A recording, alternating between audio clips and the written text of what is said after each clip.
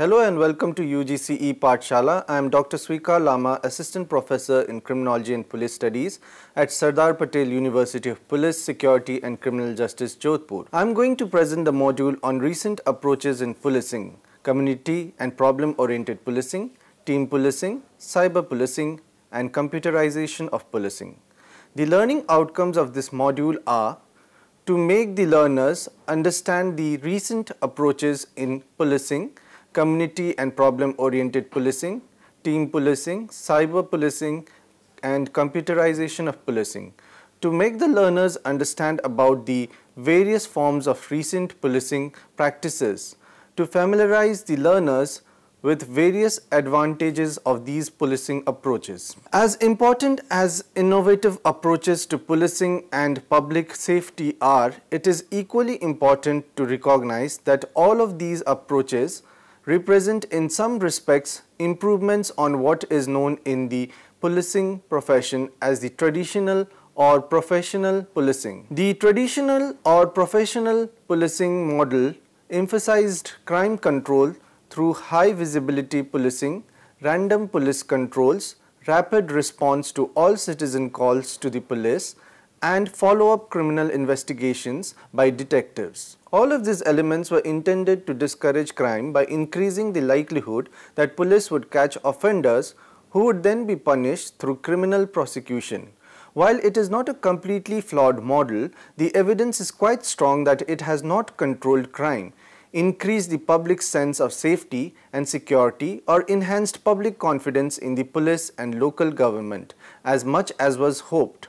That is why most police scholars and many police officials have long concluded that while the traditional policing model represents a vast improvement over approaches that preceded it, more of the same is not likely to improve policing or public safety. Let us talk about community policing. Community policing encompasses a variety of philosophical and practical approaches and is still evolving rapidly. Community policing strategies vary depending on the needs and responses of the communities involved. However, certain basic principles and considerations are common to all community policing efforts. Policing strategies that worked in the past are not always effective today. The desired goal, an enhanced sense of safety, security and well-being, has not been achieved. Practitioners agree that there is a pressing need for innovation to curb the crisis in many communities. Communities must take a unified stand against crime, violence and disregard for the law and must make a commitment to increase crime prevention and intervention activities. Police agencies must help build stronger, more self-sufficient communities in which crime and disorder will not thrive. Community policing is democracy in action. It requires the active participation of local government, civic and business leaders, public and private agencies, residents, schools and hospitals. All who share a concern for the welfare of the neighborhood should bear responsibility for safeguarding that welfare. The implement action of community policing necessitates fundamental changes in the structure and management of police organizations. Community policing differs from traditional policing in how the community is perceived and in its expanded policing goals. While crime control and prevention remain central priorities, community policing strategies use a wide variety of methods to address these goals. The police and the community become partners in addressing problems or disorder and neglect like gang activity, abandoned cars and broken windows that, although perhaps not criminal, can eventually lead to serious crime. As links between the police and the community are strengthened over time, the ensuing partnership will be better able to pinpoint and mitigate the underlying causes of crime. Analysis of crime statistics show that the current emphasis on crime fighting has had a limited effect on reducing crime. In addition, the concept of centralized management of most police organizations has often served to isolate police from the communities they serve. This isolation hampers crime fighting effort. Statistics on unreported crime suggest that in many cases, police are not aware of existing problems. Without strong ties to the community, police may not have access to pertinent information from citizens that could help solve or deter crime. Helpful information will be forthcoming from community members when police have established a relationship of trust with the community they serve. Establishing this trust will take time, particularly in communities where internal conflicts exist or where relations with the police have been severely strained. Community policing offers a way for the police and the community to work together to resolve the serious problems that exist in these neighborhoods.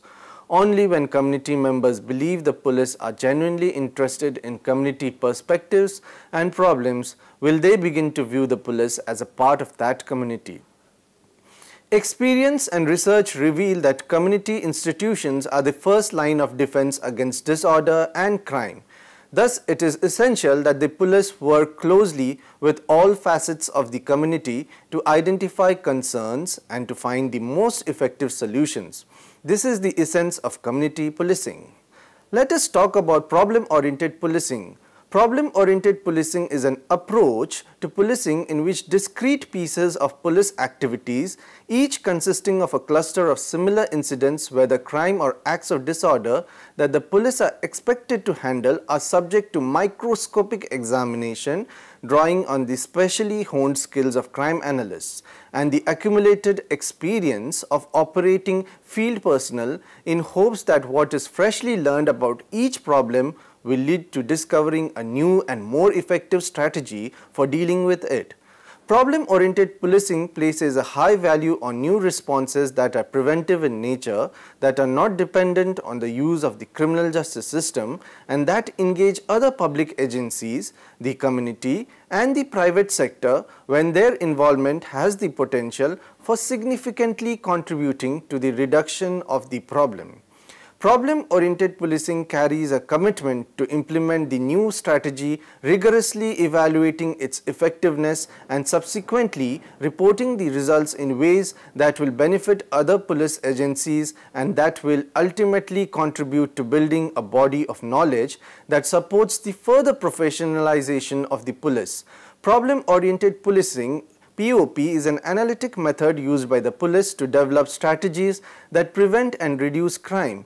Under the POP model, police agencies are expected to systematically analyze the problems of a community, search for effective solutions to the problems, and evaluate the impact of their efforts. POP represents police-led efforts to change the underlying conditions at hotspots that lead to recurring crime problems. It also requires police to look past traditional strategies and consider other possible approaches for addressing crime and disorder. Today, it is one of the most widely used strategies among progressive law enforcement agencies. The POP approach was first advanced by Herman Goldstein in 1979, who argued that the standard model of policing, which is primarily reactive and incident-driven, should be replaced with a more proactive approach to identifying and targeting problems that contribute to crime, disorder, and other community issues. Eck and Spellman in 1987 later developed a framework for implementing POP through the use of the SARA model for scanning, analysis, response, and assessment, which is discussed below. SARA is just one of numerous potential methodologies for implementing POP in practice. POP interventions can take on many different forms and will vary depending on the specific problems being combated. One of the most popular methods for implementing POP in practice is a four-step process known as the SARA model. In the first step, scanning, police rely on several different resources to identify and prioritize potential problems associated with crime and disorder in a jurisdiction. This can include identifying problems of concern to the community, confirming that the problem exists, figuring out the consequences of the problem, and determining how frequently the problem occurs. Once the problem is identified, the next step is analysis. This stage of the process involves identifying and analyzing relevant data to learn more about the problem. including potentially narrowing the scope and figuring out possible explanations why the problem is occurring. This information is essential for selecting the most effective and appropriate response to the problem, which occurs in the next step. During the third step, response, police and their partners select one or more responses or interventions based on the results from the analysis conducted in the previous step. A response plan is outlined that includes the nature of each response, the specific objectives these responses are intended to achieve, and the responsibilities of the various partners involved in implementing the response. Once the response is selected, it is implemented by the police and their partners. Finally, the assessment step involves evaluating whether the responses were implemented in a way that was consistent with the response plan and whether the responses achieved their intended effects. Thus, the assessment phase includes both process evaluation and impact evaluation components. POP approaches can take on a variety of forms. Strategies may focus on crime hotspots, or they may target non-geographic concentrations in crime and other problems, including repeat offenders, repeat victims, and repeat times. The key ingredients in POP are the selection of a narrowly defined problem type and the application of a wide range of targeted responses intended to reduce the incidence or severity of that problem type. Other important ingredients include the inclusion of partners outside of the police agency and the central role of data and information in selecting a problem type, analyzing it, evaluating the responses, and adjusting as needed. POP relies primarily on a diverse range of tightly focused policing strategies, some of which involve traditional law enforcement approaches and some of which involve alternative approaches. POP overlaps to some extent with other recent innovations in policing, including community policing, third-party policing, focused deterrence, and hotspots policing. Nonetheless, POP's central elements are distinctive. Problem-oriented policing combines the resource targeting strategies of hotspots policing with the diverse approaches of community policing. Community policing draws on a variety of approaches to address crime and disorder issues, including partnerships between police and other organizations and community groups. However, community policing does not necessarily involve the intense degree of focus on a specific problem like POP. Third-party policing involves the mobilization of third parties to assist the police in solving community problems. Hotspots policing strategies rely mostly on traditional law enforcement approaches. However, police powers and resources are directed toward dealing with a specific crime-ridden area or group of offenders. Finally, focused deterrence strategies often rely heavily on problem-oriented policing approaches, but they have several distinctive elements that fall outside the most common definitions of POP. Now let us talk about team policing. Team policing was introduced in the early 1970s in New York City.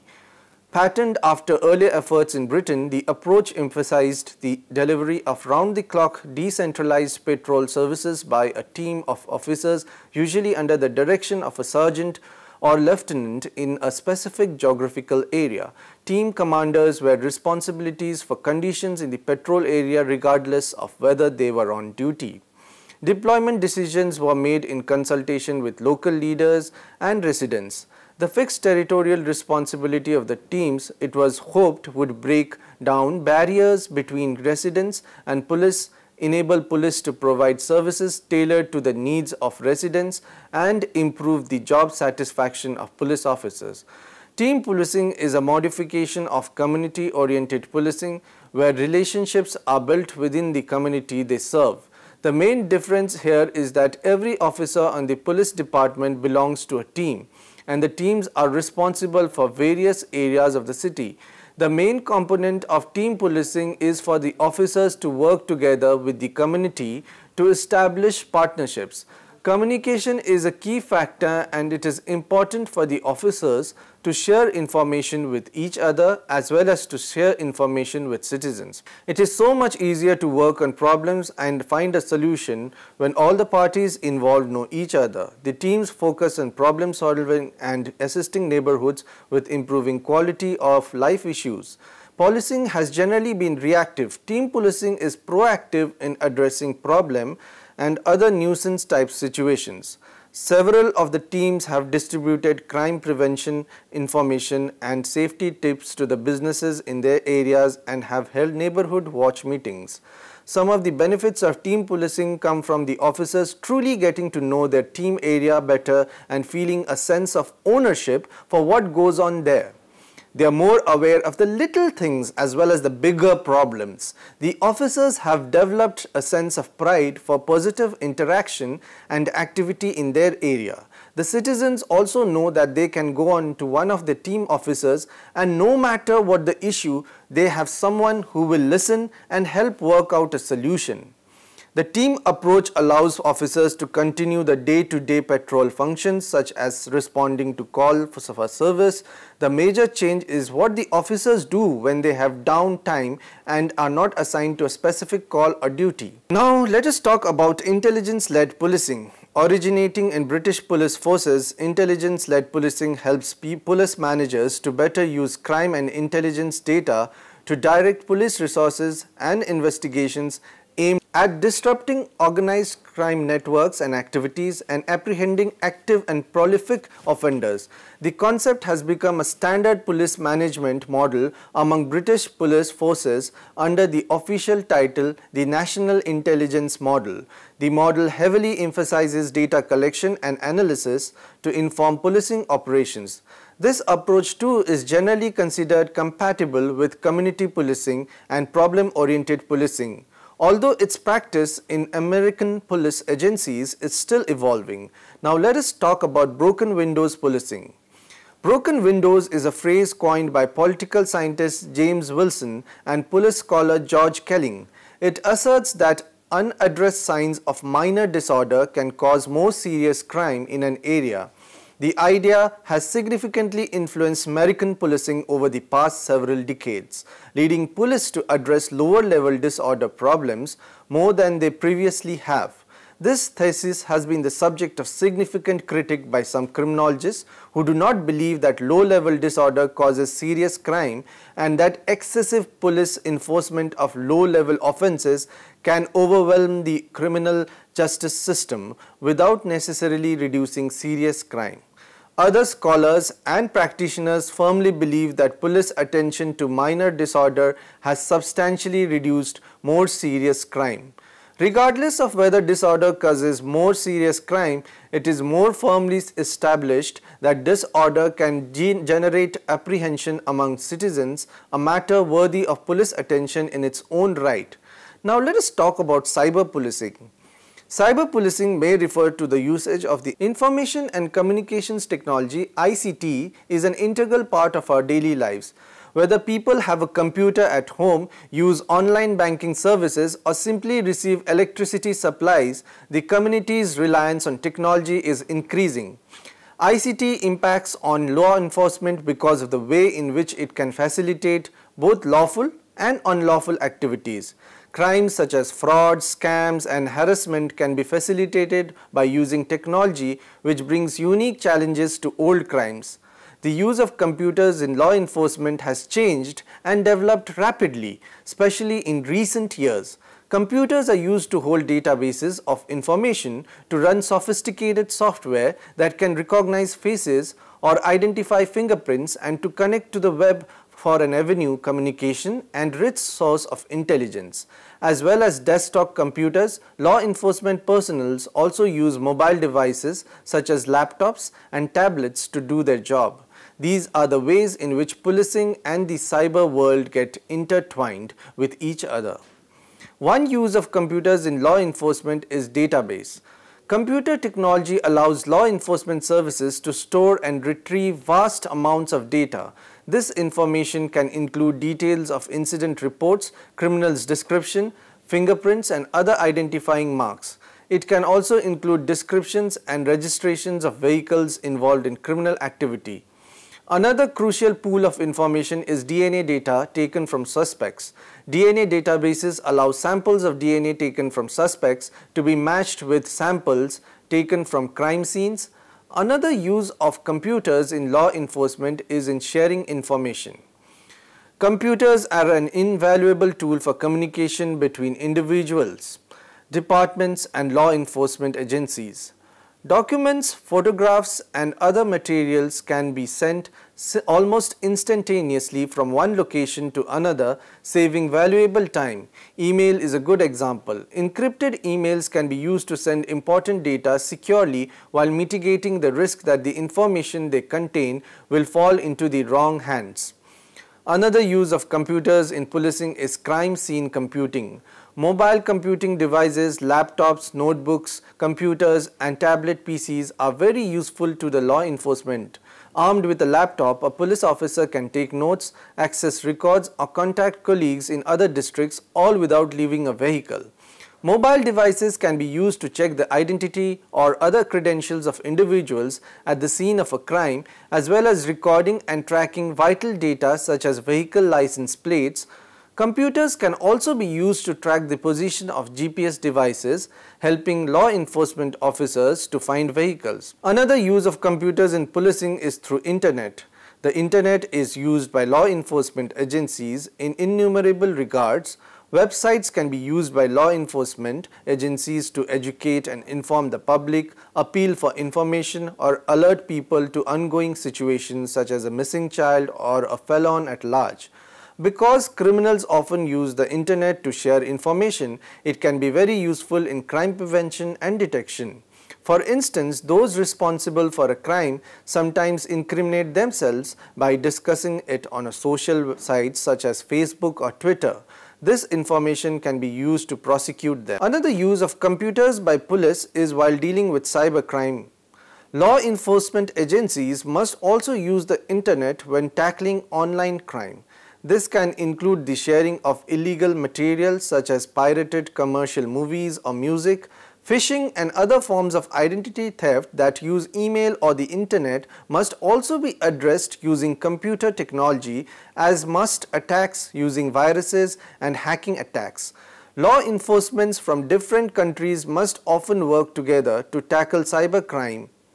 Now, to conclude, the recent approaches of policing have been implemented in various ways with varying results. Every approach must be implemented taking into consideration the problem in hand, the circumstances prevalent, and the resources available. Thank you.